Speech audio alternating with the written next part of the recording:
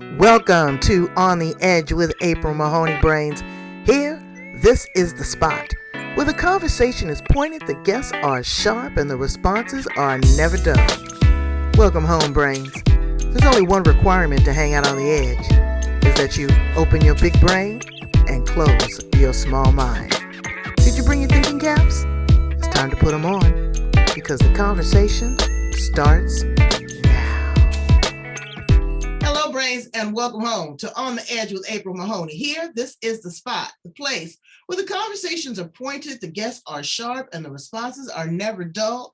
And we have guests from Australia. Yes, I want you guys on your best behavior because we have Karyn D. here. Oh, yes, Karyn D. Straight from Australia. We are going to talk about recovering from cancer. We're talking about creatrix, and we're talking about a little bit about accounting and some fun stuff.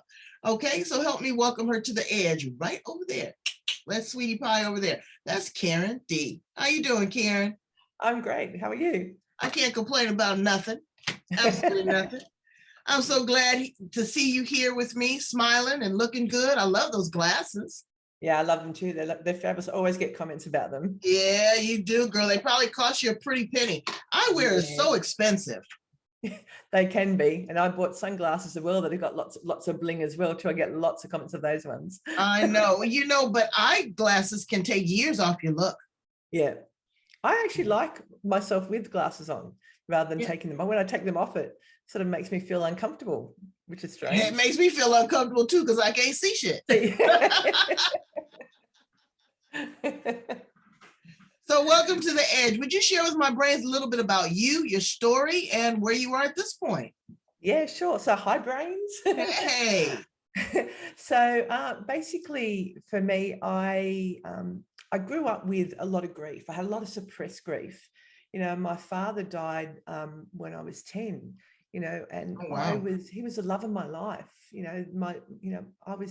was my daddy. And life went on somehow. And then 3 short years later, my mum remarried this amazing man, Graham, who was so full of life, and he just died in his sleep. Oh, come on.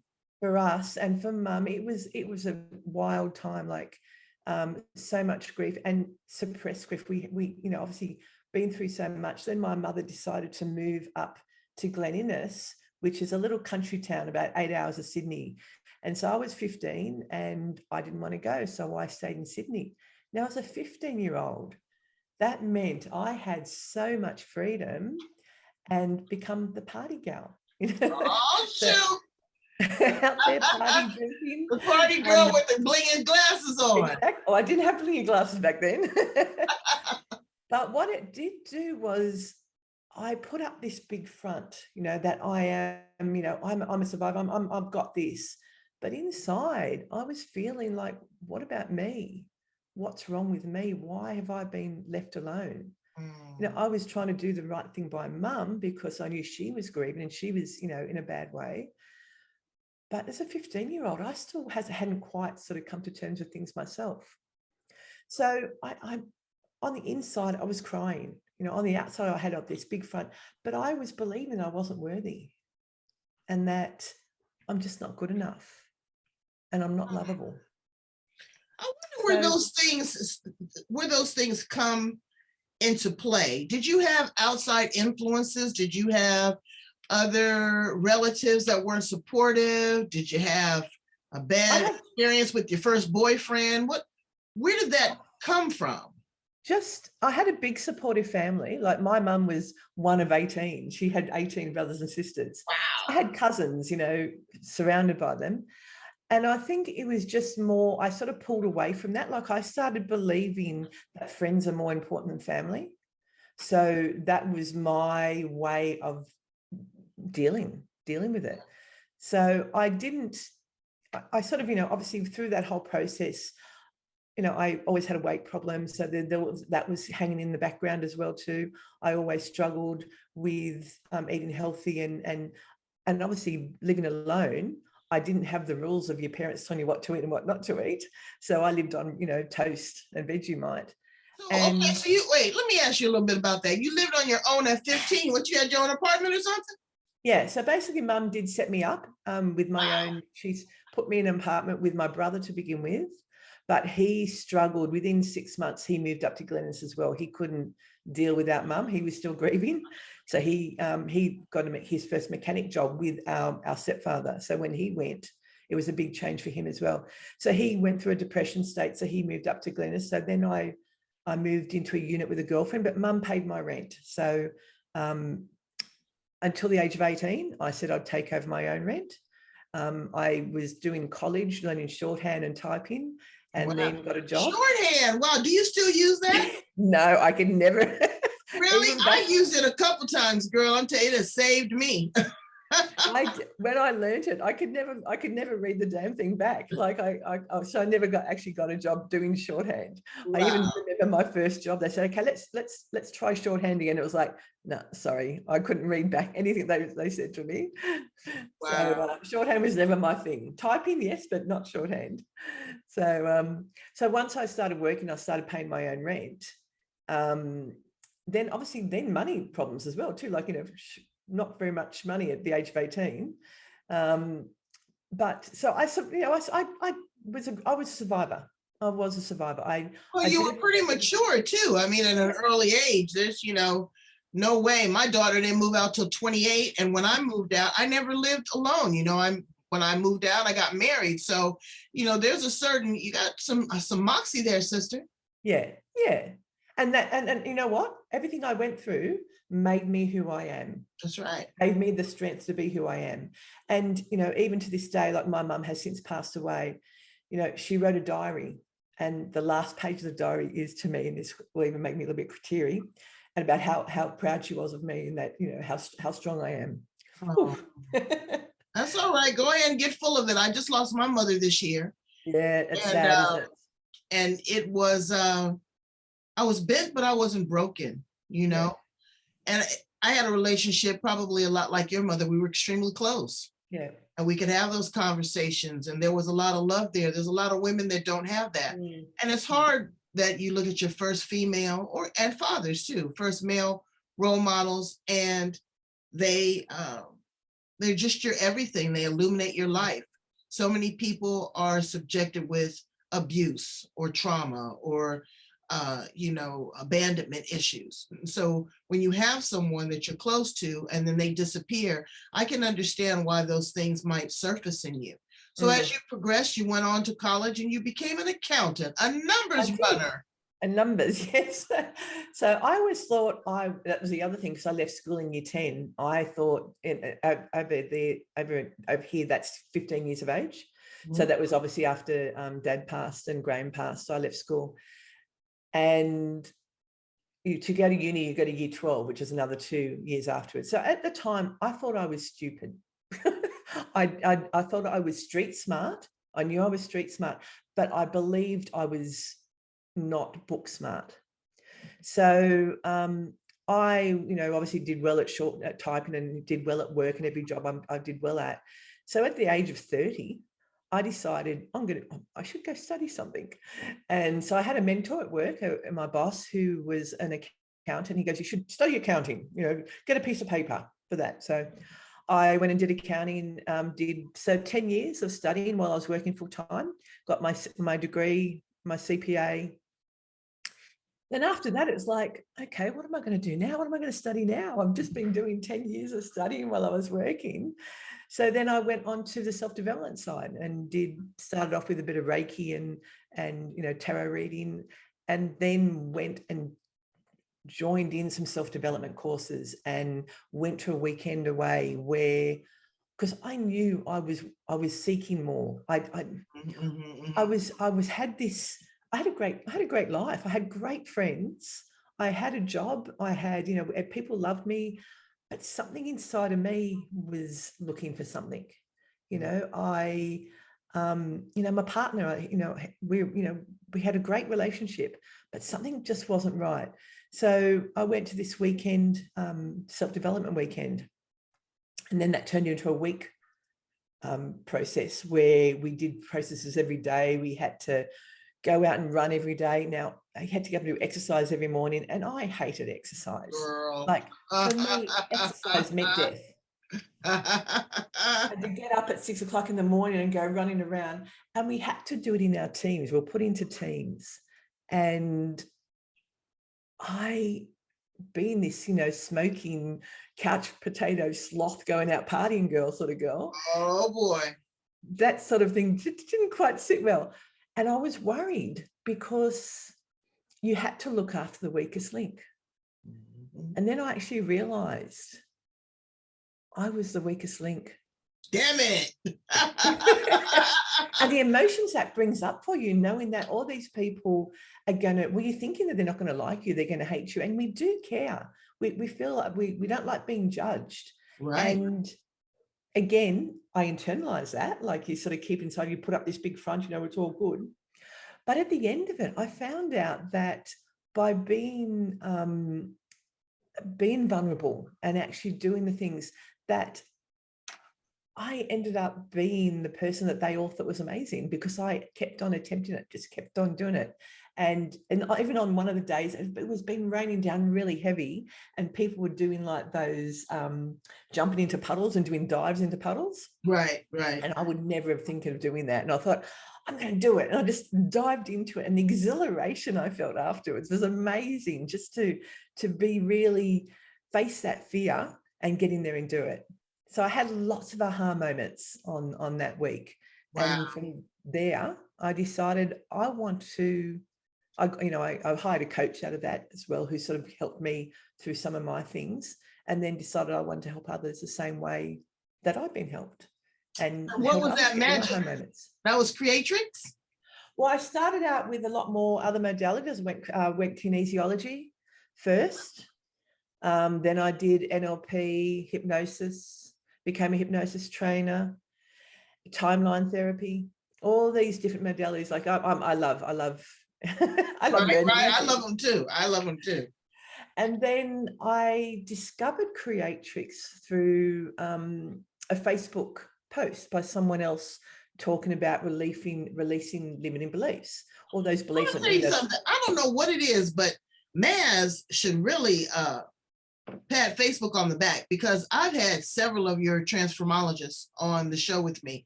And I can tell you at least 4 or 5 of them found it through a Facebook post. Yeah, exactly. And because it is, and it's basically, I believe we attract things to ourselves, that we find things when we're meant to see them. Absolutely. So when I saw her post, it was very much, and I was actually thinking, timeline therapy, because timeline therapy helps release limiting beliefs. But when she said, no, Creatrix, well, of course, I, being who I am, went Googling. Right. What is this stuff? And I was like, wow, just by watching the videos and reading everything about it. And I was like, I want to know more about this. So I contacted them, and I was booked into the course within a week. I said, I want this for me. I want this for my clients. Beforehand, like if I was trying to build a business doing hypnosis and NLP, and I didn't have the ability or the belief in myself that people would want to work with me. So even with all the work I'd done by learning all those modalities, I still didn't feel good enough. I still didn't feel worthy. And it was after I did Creatrix and the right, the symphony moment. Exactly, that I felt so completely different. And now I believe in myself. I believe that people will find me because they will connect with me and they'll be ready to work with me. Well, they say that it works like magic. I mean, essentially, it doesn't take a long time. People normally believe that healing takes a long time, but it doesn't take a long time for a scab to grow over a wound. Exactly. And if you keep picking at it, though, it never heals. Exactly. And once it heals, if you treat it and nurture it, the scar goes away. Yeah. So you started with Creatrix. What was a revelation for you there? What was your aha moment there? Something that you had discovered that you hadn't discovered with these other modalities? It was very much this me. Who is me? Like I didn't know who I was. And but by doing Creatrix, I actually found me again. And I think it was because I'd hidden so much by squashing things down, by putting up this big front. When I sort of realized who I was, and Creatrix helped me find that changed everything. So it allowed me to not allow people to judge me, not to care if people judge me, because that's their issues, not my issues. Absolutely. It was actually, I was afraid to be me, I think, beforehand. And once I went through the Creatrix process, so that was the big thing, not afraid to be me, not afraid to, show the world who I am. So exactly. yeah, that was, and that's pretty amazing. So you come home. Now, are you with your partner then? Yep, still with my partner. Yep. Okay, and then you come home and you're this brand new you. As we explained before, when we were talking in the green room, the original you was designed. The new you're able to create. Yes. And exactly. So now you come in there and you're looking fine and fluffy, and you done dived in a puddle of mud before. And now here's this new woman. Did he recognize the difference? And what was his take on it? His take was, it's funny, it's when you change inside about yourself, it changes your relationships with other people, in the sense that we were much better off. Like, we were happier. I was getting more from him because I was getting it from myself first. So that's where the problem is. We go looking outside ourselves for the answers and for them to make us happy, but they can't do that. We have to do that from inside. And that's where Creatrix is amazing, to actually discover that. And when you change from the inside, you then reflect that out to everyone else. And the relationships, I don't know, my relationship got better without really trying to change him. Right. It's amazing. Because you have a new level of self-confidence. You have an ease. You have a I don't give a care attitude about what everyone else thinks, because what everyone else thinks doesn't define who I am. Correct. But that is something that's so hard for people. That happened to me when I was in middle school, and I graduated from middle school, and I went to walk across the stage. I'll never forget it. I had my hair up in a pretty French roll and a long, beautiful pink dress with a nice neckline. And I go out and they call my name, and our next graduate is April Zachary. I walked out there and them little frogs booed me. The whole audience, in front of my parents, my cousins. I couldn't believe this. But you know what I did? That was the first day that I realized that these people were not important to me. Yeah. That these people were lying. They were imposters, that they pretended, and they shared their lunch with me, and we went roller skating and this, that, and the other. These little rodents didn't like me. Mm. And I had to look at myself, Karyn. I had to say, is there something that I'm exuding? Because you have to take ownership. You got to show up. Is there something that I'm doing? I said, well, we ain't doing it today in this pretty pink dress. Honey, I threw those shoulders back, a little bit of breasts I had at that time. And I walked out there and I smiled. I waved like Barbie. I sure did. And I strutted across that stage. And that was my first true test of self-esteem. I'll never forget it because it was so impactful. It was shocking. And what it was real. For you? Like, how did you at that age discover that for yourself? Hell, because I must have been what they said. I was arrogant. But I did, but see, I was an only child. Yeah. And I wasn't an only child. I had two older brothers, but there was 17 years between me and one and 10 between me and the next. And me and my mother were peanut butter and jelly, and I would get all the pretty dresses, and, I always had money to go places. There was never too many no's. I had a stepfather, but there was no trickery, or, he was a stellar gentleman. He taught me art and culture and music. I grew up in South Central Los Angeles. Right. And that wasn't the paradigm that a lot of these other children that I went to school with went. So with that, there was an air about me because I didn't understand anything else, which can be a disadvantage. And I had to learn to manage that as well, because I didn't consider myself braggadocious. But again, oh, me and mom went shopping and I got, 4 dresses and 3 pairs of shoes and let's go skating and this, that, and the other. That can be braggadocious to someone that is in a family of 5 and they're barely getting anything to eat. And, there's some trickery going on in the household. So you have to manage this on both sides. It can be a double-edged sword. It really can. So as you evolve into this woman of grandeur and you realize who you are, you're struck by some challenging news that you had cancer. Tell us a little bit about that. So that was June. It was about May, June. I discovered a lump in my throat, and I was actually at a Creatrix conference. I'd flown up to Queensland for the yearly Creatrix conference, and I was lying in my room and thought, what's that? And I thought it was because I've learned to love exercise, having released Exercise Meant Death. I used to do CrossFit. So I just thought, oh yeah, it's muscle, it's muscular. But I thought when I came back and I'd been out Queensland for a couple of days, not going to CrossFit. So I thought, oh, it's still there. The muscle should have, if it's muscular, it should be gone. So I went to the doctor and she goes, oh yeah, it's probably muscular, but we'll do some biopsies. So she biopsied the lump and my thyroid and it came back as cancer. And so I, immediately, went and got specialists, had a PET scan.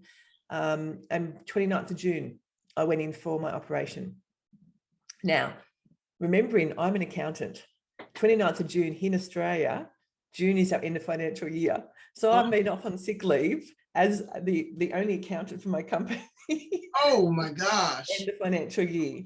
And I still can't do my accounting job because looking and concentrating to hold my head up is actually quite difficult. So when they had the operation, to remove the mass, they had to remove 2 neck muscles and part of my collarbone. So I have a lot of movement issues with my shoulder and neck, and it gets very weird and ends up, you can see it's probably still hanging down a bit. I'll try and straighten it for you, but. You, honey, just take care of yourself. Don't worry.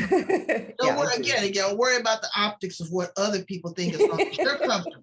Okay. My partner just will walk up to me and he just puts his head to the side. Oh, it's our private joke.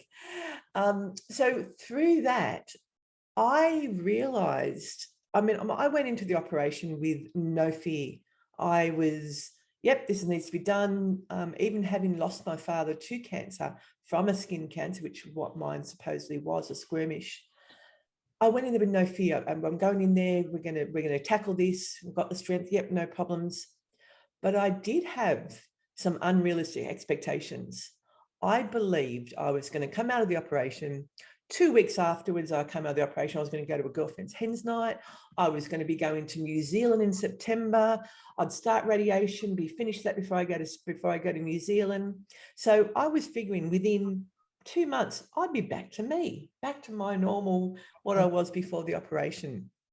So I did have to actually reach out for a few tweaks with the Creatrix after my breakthrough to actually address the things that were being triggered by what's been going through for me. So things like unrealistic expectations. Because what was happening is when I got out of hospital and I was still healing, I was in hospital for about 10 days.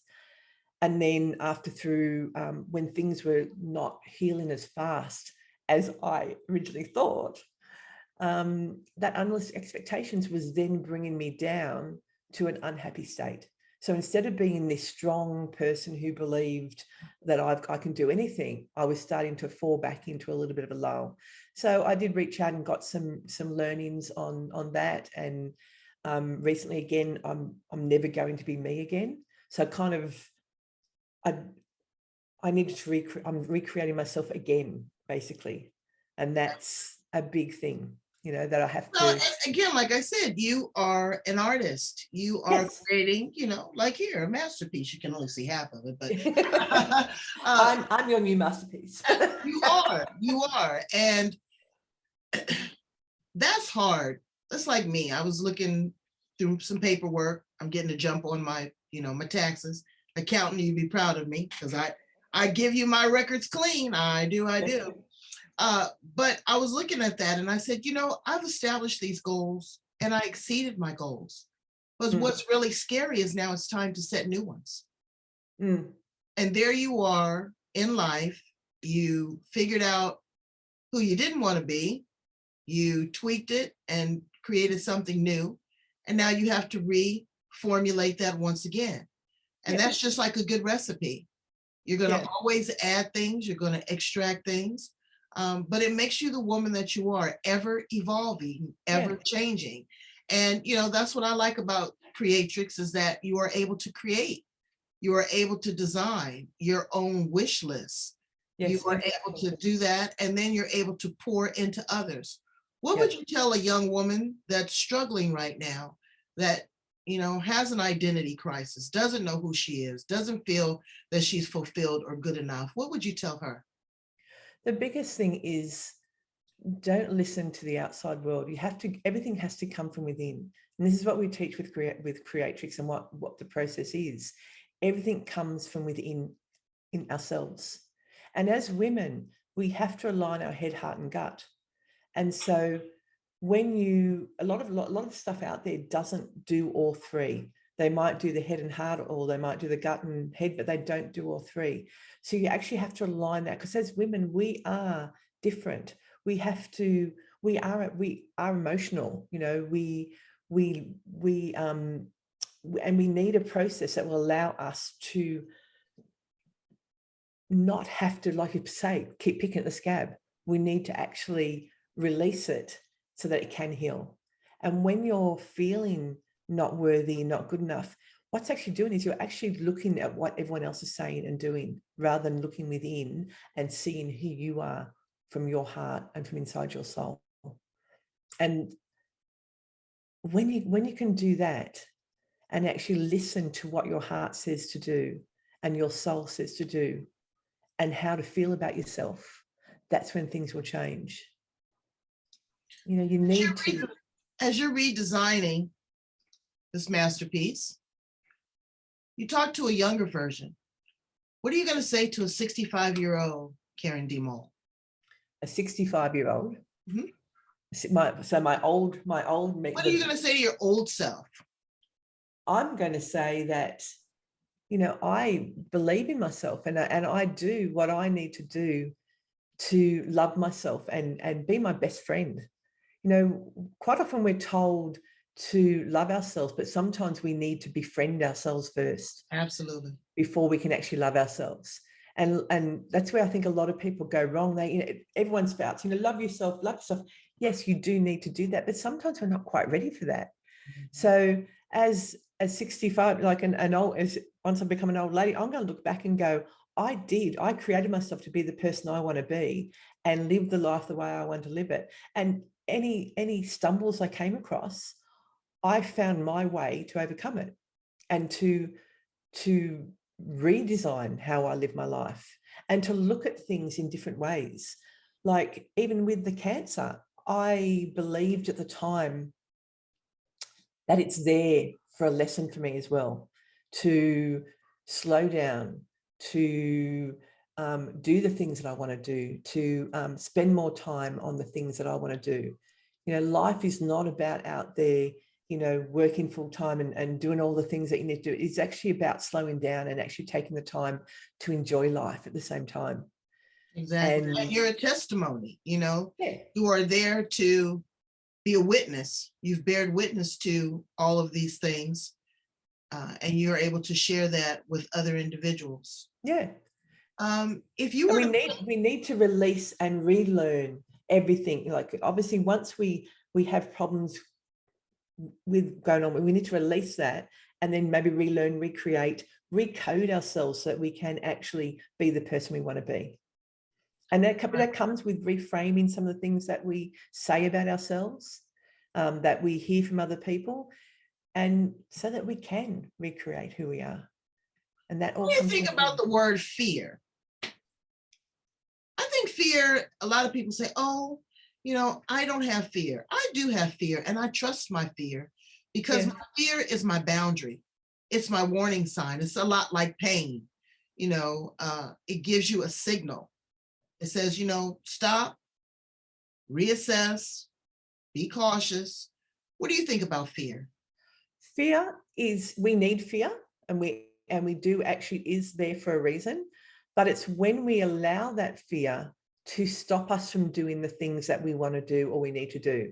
And we live in that fear as opposed to moving forward. So it's when something is a fear that is preventing you from being the person you want to be, we do need to look at that fear and see if we do need to actually reframe it, recode it, relearn it.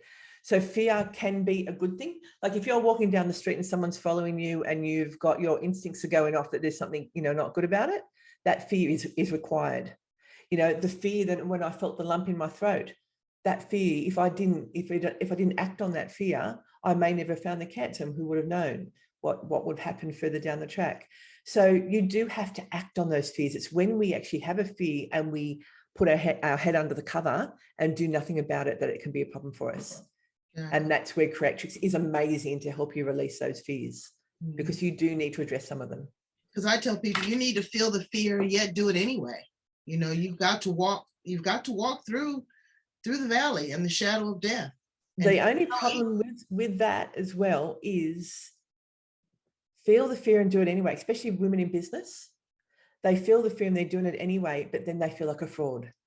So again, you have to address that fear and actually release that fear, because if you're doing that fear and doing it anyway, you're going out there on live on Facebook and doing whatever you're doing to try and build your business. But if you feel like a fraud, you're not going to attract the people to you, because you're actually emanating this energy of fraud. Right. So you're living the imposter syndrome. Correct.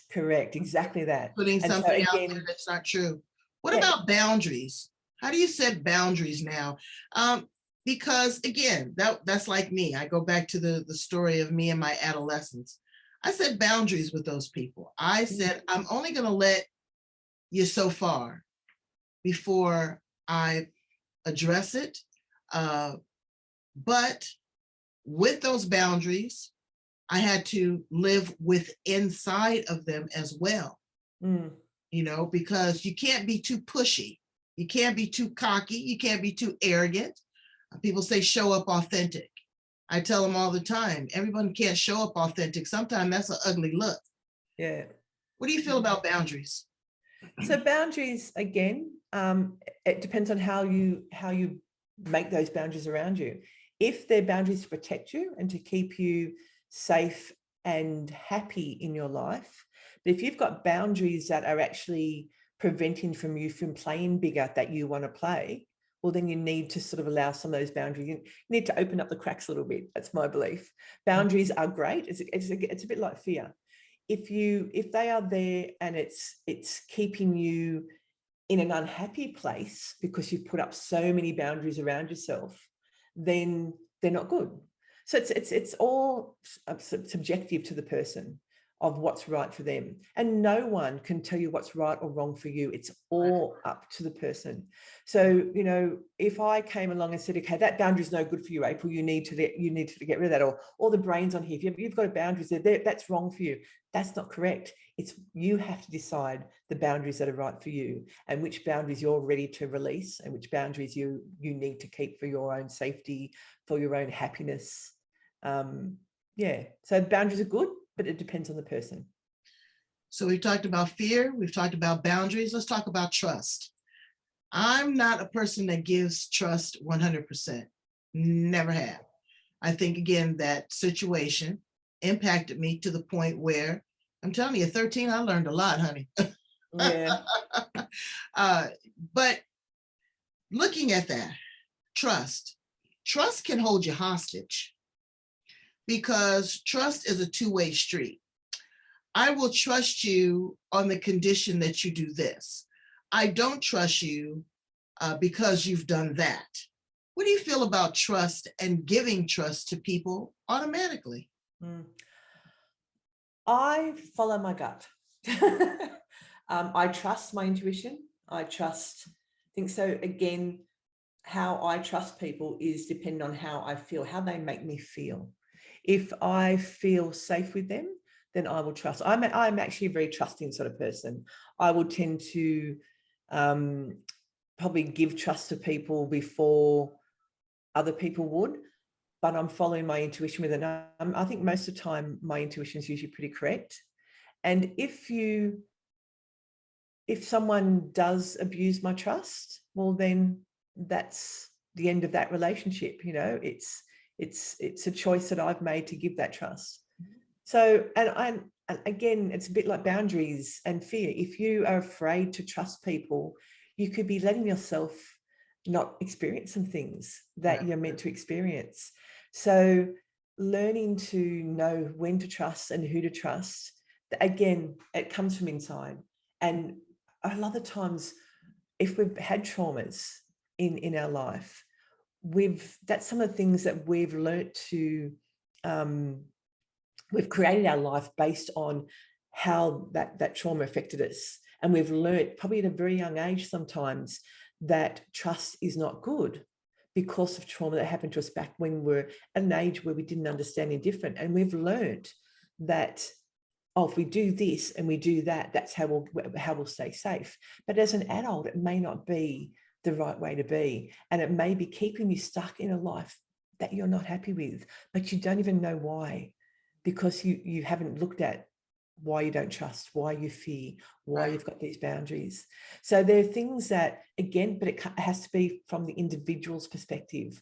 You can't look at someone else and go, well, you should be trusting that person, because no one knows what you've lived through. Right. Only you can decide whether it's your time to trust more. And each individual has their own relationship. Correct. I'm not, like, when I say I'm not trusting, I do trust people, but trust to me is a lot like love. It grows on a vine. I don't just give it out. You know, I look at it, I edit it, I filter it, I sort it. And there are people that I deal with that are not very trustworthy. Yeah. I asked this woman one time, I was interviewing her, and I asked her, because I love to ask interesting questions. If you were an animal, what animal would you be and why? You know what she told me she would be, Karyn? What? A snake. I said, a snake? She said, yes. I said, well, you know, frame that out for me. What does that look like? She says, well, I'm low to the ground. I slide in, I slide out, I strike. And if I have to pour in venom, I'll pour in venom. Wow. And I was like, I thought about that. You know, I hired her because sometimes you need a snake. Sometimes you need somebody that's going to, you know, go low when you go high. But I knew how to position her. Yeah. I knew how to strategize her. I knew how to put her in the right place because, again, I trusted her a lot more than I trusted others because she revealed who she was. Yeah. And I was able to appreciate that. That was very honest. That was very risky. You know, so I was like, okay, what do you think of unconditional love? Unconditional love. Again, that's like trust. It's like anything. You will either give your love unconditionally if you trust someone. So it's hard to give unconditional love until you trust someone. You know, Okay, now let's stop right there. You say it's hard to give unconditional love until you trust someone. Okay, again, that trust is condition of love, and love is a condition of trust. But you know, it all of it is full circle. And so when you say, I love myself, I trust myself, I have no fear, you know, I limit my boundaries. Everything is very individualized, but it is all so cohesive. It's like an accordion. It all goes together as you pull and tug. But with this love thing, you know, love is, people say that you should love unconditionally. Well, newsflash brains, I tell you all the time, my love's got conditions. Because you come hitting on me, you stealing, you know, you trying to push up on Mr. Magnificent, girl, I'll scratch your eyes out. I used to always say the same thing to my partner. You punch me once or you hit me once, that's the end of it. That's it. Yeah, after he comes up off the ground, it's a whole total, because I'm a fighter. And he's I can tell you now, he's never been that sort of person, but it was always something. Again, I suppose I put a condition on my love at the very beginning. It is true. We do. And I think we are formed in our life through our experiences, and the filters that we have are based on our experiences through our life. So your conditions will be different from my conditions. They'll be different from someone else's conditions that we put on our love and stuff like that. So each person is an individual and what they've lived through. You can have two people coming from the same family. My brother and myself, both brought up with the same conditions that happen in our life. It's just at different ages. He lost his father. He lost, our stepfather. We lost our mum. Yet he deals with things a lot differently than what I have, because we've lived different lives as well as part of it. And so the filters we've put up, the friends we've had, the support I've had from my friends, different to what he sort of experienced. So we all have our different filters, and it's when we start releasing those filters and actually looking through and realizing that we've stuck ourselves in the box because of these filters, and we can release the trauma and release the emotions that we have around them. You'll never change the experience you've had with it, but when you actually lose the power it holds on you, the emotion that it holds on you, we're still going to feel emotions, but it doesn't keep you stuck. And so unconditional love, all these things, they're all things that everyone lives with. It's just how to what grade do we actually put on it. Exactly. And it's all comes full circle, as you said. I'm an observer of life, and a lot of people go through things. I watch what other people go through so I can dodge that bullet. A lot of things that you say come from within. But there's a lot of external influences. The negative talk from people, the judgment of people, the snarky looks, their perceptions, their comments. How do you filter? Because again, like those ugly little kids that were in the audience, and some of you out there right now probably looking at this interview, but look at me now. But anyway, I'm sure your brains would never be like that. They'd all be wonderful people. Yeah, well, now they have a brain. They didn't have a brain. But those things impact us. Definitely. They shape us. They mold us. What do you say to the person that's really being impacted by that outside noise? And that is everything. That's why we are stuck, is because we listen to that outside noise.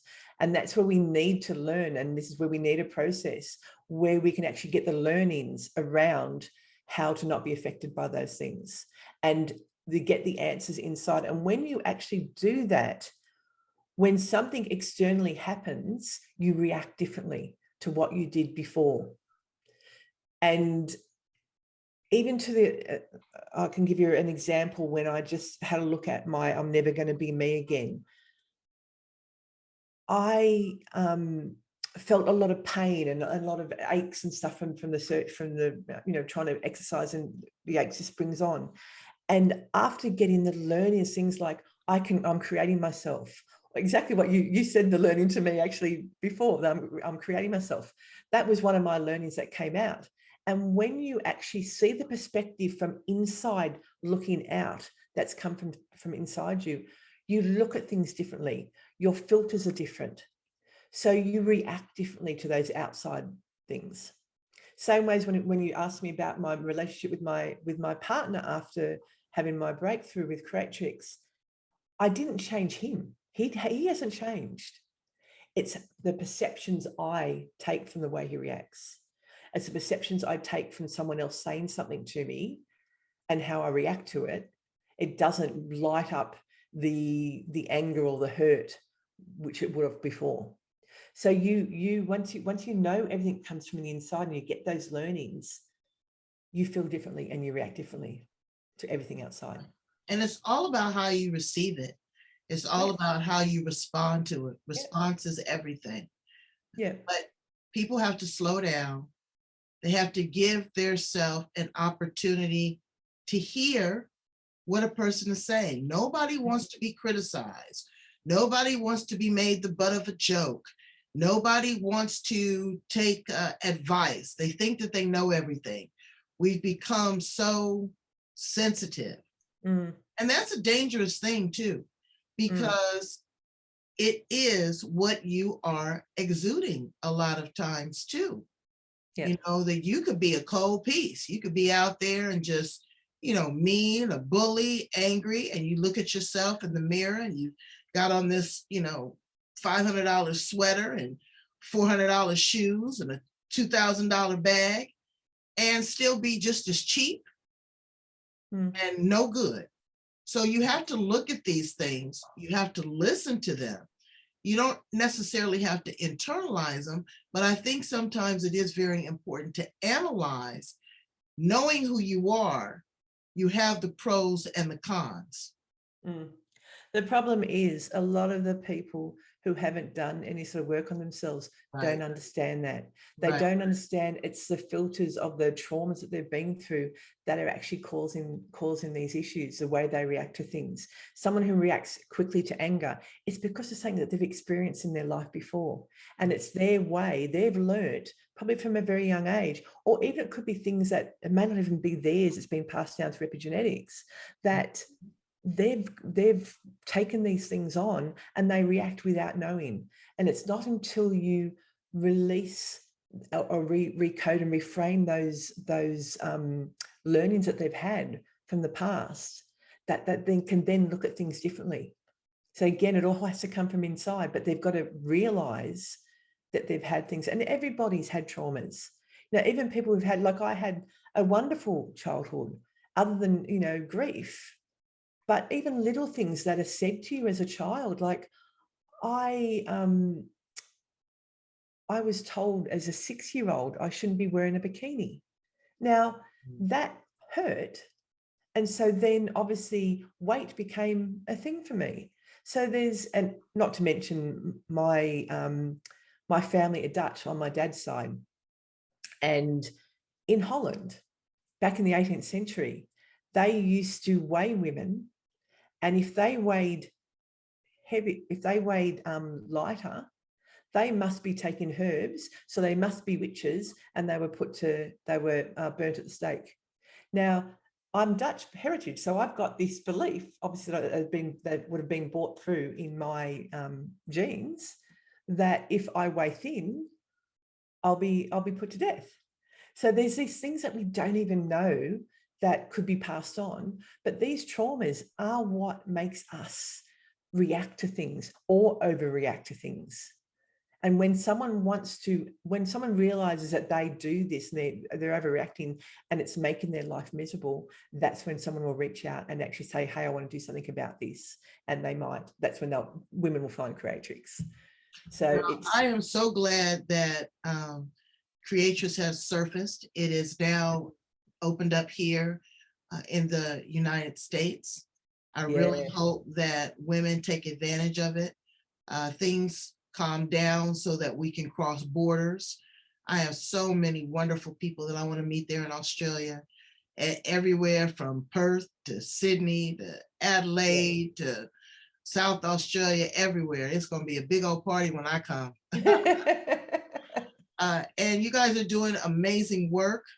I'd love to be able to sit into one of the sessions. I've seen some of them online, but just to be in the room, because there's a different energy when you're in the room and you're feeding off of one another. It's great to do it virtually, but to have a sister come and be able to put her hand on your shoulder, or to wipe your tears, or to look into your eyes and be in that space is so powerful. And so I commend you and all of the ladies and all the transformologists. I really hope that it takes off like gangbusters here in the United States, like it's done there in Australia. I heard that you're also in Canada and London. Is that correct? Yeah, it's starting to, Maz is starting to get it further and further afield, which is fabulous. Well, you've got 10 million hearts. Exactly. If we want 10 million hearts free, we need more transformologists getting out there and actually, because we can't all do it ourselves, to get 10 million. You can't.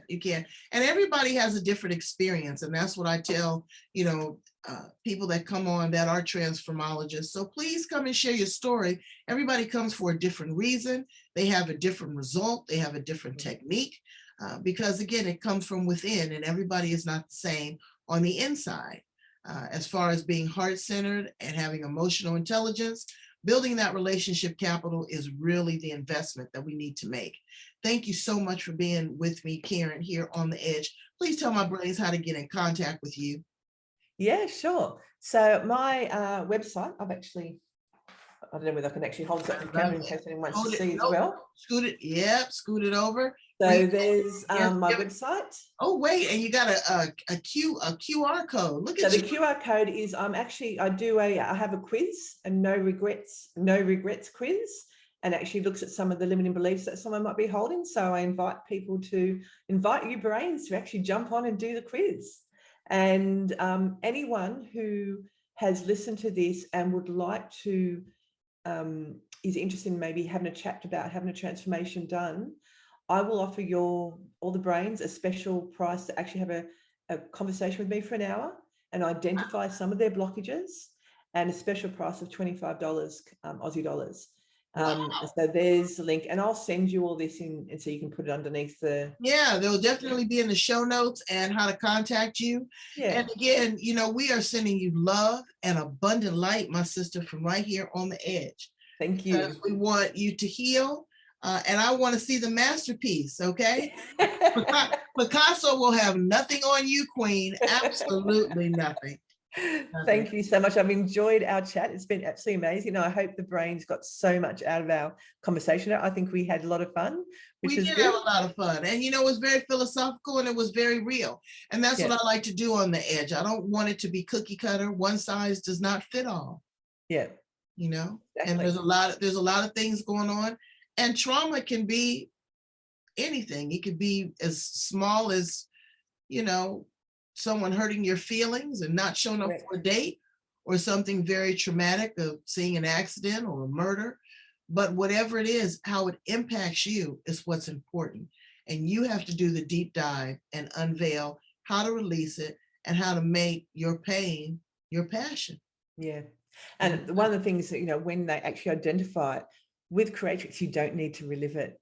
You can actually, we identify it through conversations with the transformologists, listening to your words, and then once we clear it, you have a different perspective on it. So you don't have to, if it is painful for you, you don't have to relive through that pain like a lot of modalities out there, making you sort of feel the pain and move through it. Well, we don't make you have to feel it, which is fabulous. See, brains is like a big old pencil with a big fat eraser. Exactly. I like that.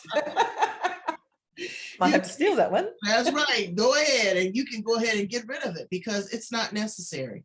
You don't have to carry pain with you. Again, it can be in your toolbox. It's a part of the fear. It's a part of the boundaries. It's a part of the love and the trust. Okay. But it does not have to be the framework that you live in that frames your masterpiece. So thank you so much again, Karyn D.